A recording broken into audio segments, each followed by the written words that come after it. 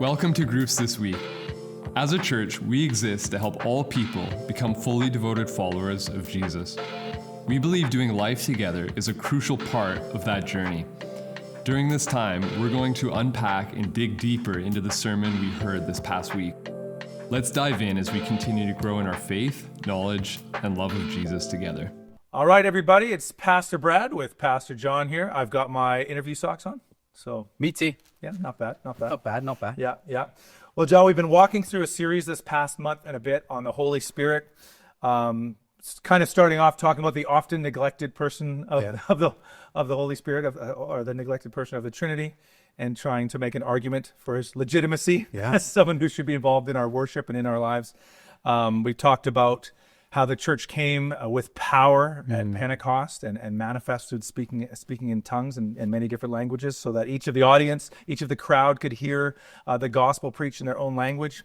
Last week we talked about how we can, the Spirit helps us discern, but also how do we discern whether the Spirit, how and when the Spirit is speaking to us as well. And this week we've talked about how the Holy Spirit empowers the church. And how he gifts the church to be an encouragement for the common good, all of those great things that Paul talks about.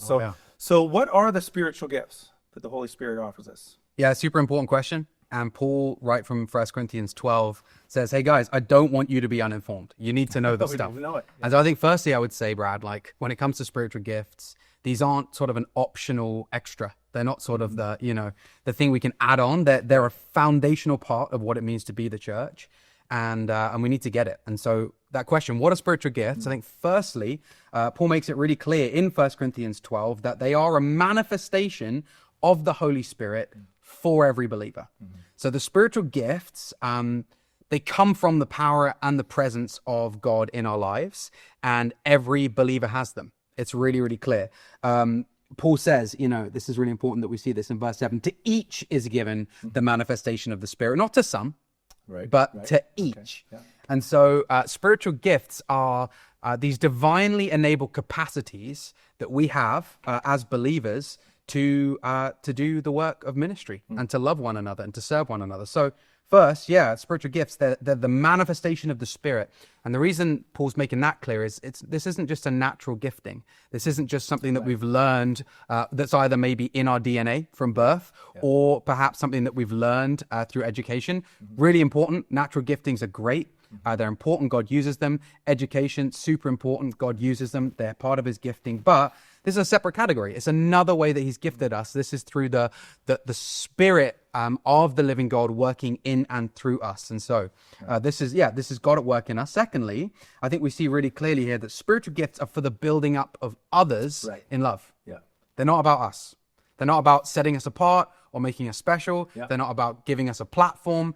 No, the whole point, the whole purpose of this is that these are gifts that have been given to us for the sake of others. He says in verse 8, you already said it, that that this is for the common good. Excuse me, that's in verse 7, for the common good. And then he goes on in 1 Corinthians 14 to say that these are for the building up of the church. And so these kind of divinely enabled capacities that God has given us, they're not for our own sakes, but they have to love other people and to build up and to edify. Well, what are we building up? Well, Christ-likeness in one another. These are gifts that God has given us to help us help one another become more like Jesus. The other thing I think we need to see from this passage, Brad, is that spiritual gifts are chosen by God and they're given to us by his grace. We don't get to choose. It's not a buffet. We don't just get to come and go, I want that one, I want that one. As you're saying that, like, so much of this pushes back against individualism and modernity, right? Where we get what we want, when we want it, and how much we want, and we get it for ourselves, so that our attention is drawn to us. And all of this is about aiming away from us, not even about, it's manifesting the Spirit, first of all, and then it's also for the building up of other people and aiming towards other people. It's fascinating. Oh, come on. I mean, he says straight up, like Paul says this, he says that all of these are empowered by the one and the same Spirit, who apportions to each one individually as he wills.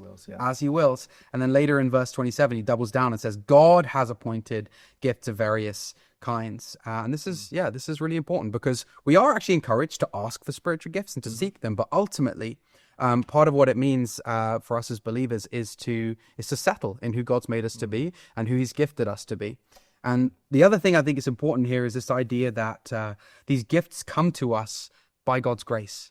They're not merited. We don't earn them. This isn't some reward for good behavior. It's not like leveling up in Christianity. The better I do, the more he gifts me. Though these are gifts of His grace, which is really good news, Brad, because all of us, I'm sure, have done many things in our life that have led us to question, could God use me? Why would He want to use me? But this isn't about whether we got picked in, high school for the gym team. Like, this isn't about, it's not about that. This is about the Holy Spirit as a gift of God's grace working through everyone. And this is huge. Everyone has something to give. Everyone has something to bring. And if we are to function as the church in the way that God has called us to, we need everybody's gifts at the table. Everyone needs to bring it, because if I'm going to become like Jesus, God has given me people around me in community to help me do that uniquely. And so I need you, Brad, to come and bring your gifts to the table. Keep telling you. Yeah, I know. And so, this is kind of what it's all about. And so, So good. Yeah. I mean, it's such a beautiful picture that's being painted there by Paul, right? So I'm excited. Yeah. How do I find out what my gifts are? www.spiritualgifts.com. Fill out the survey. Just kidding. I mean, No, that probably does exist. it probably does. And there are, it's not like a Myers-Briggs thing. I would say, just on that note, spiritual gifts tests can be helpful as like a basic way of just kind of helping us to self-assess. But really, how do we discern what our spiritual gifts are? It happens in community.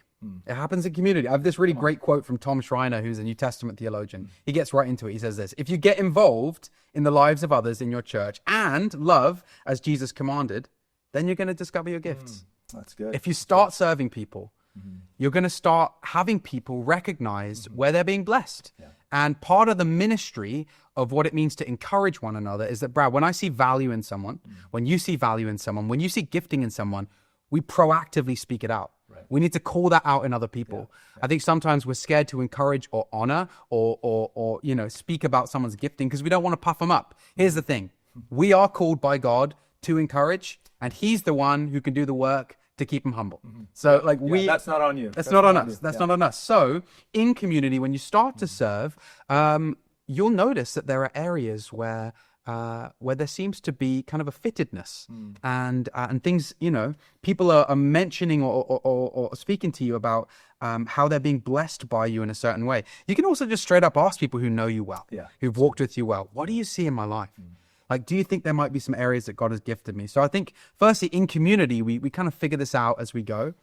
And then the second one I'd say is this, Brad, is often the areas in which we've been spiritually gifted will be the ones that we're most frustrated by at church. And what I mean by that is, like, if you're in a room and you have the spiritual gift of leadership and it's just chaos and no one's coming to a decision, you're going to be burning, going, somebody make a decision. And that's probably a good sign that maybe you've got the gift of leadership. Or maybe you show up to church every week and you think every single time, we're not doing enough for the poor. What is wrong with this church? Like, we're not doing enough. Or maybe you have the spiritual gift of mercy. Like, often the way that you experience the world and experience community and experience church, your experience is different because of the way that God has gifted you. And so often the things that tick you off about our church and the ways that we're not doing it. But that's so interesting, because today the tendency is, if you see something that you don't like, your tendency is to leave and find another church, when you could be the very person gifted to fix that. Preach it. That's why you see it that way. Yeah, that's exactly. why you are there. Yeah. And so, that's a huge one. So in community and just ask God, help me discern, bring people that you trust around you, and start paying attention to some of those longings and desires and frustration in your soul. Yeah, that's great. So rich, so much to talk about. Yeah. And so, John, thank you. Yeah. That's been a great conversation. Hope you guys have a great conversation in your community group. God bless. God bless you. We hope you enjoyed the teaching today. If you're wanting to follow along with our community group's discussion guide with your group, you can head to cachurch.ca/media, where you can find the discussion guide. Not only are there questions there related to the sermon, but there's also prayer prompts that relate to the passage or the topic that we were talking about, and practices that you can, on an individual level or a group level, begin integrating into your life to not only bring this knowledge into your mind, but to begin living it out.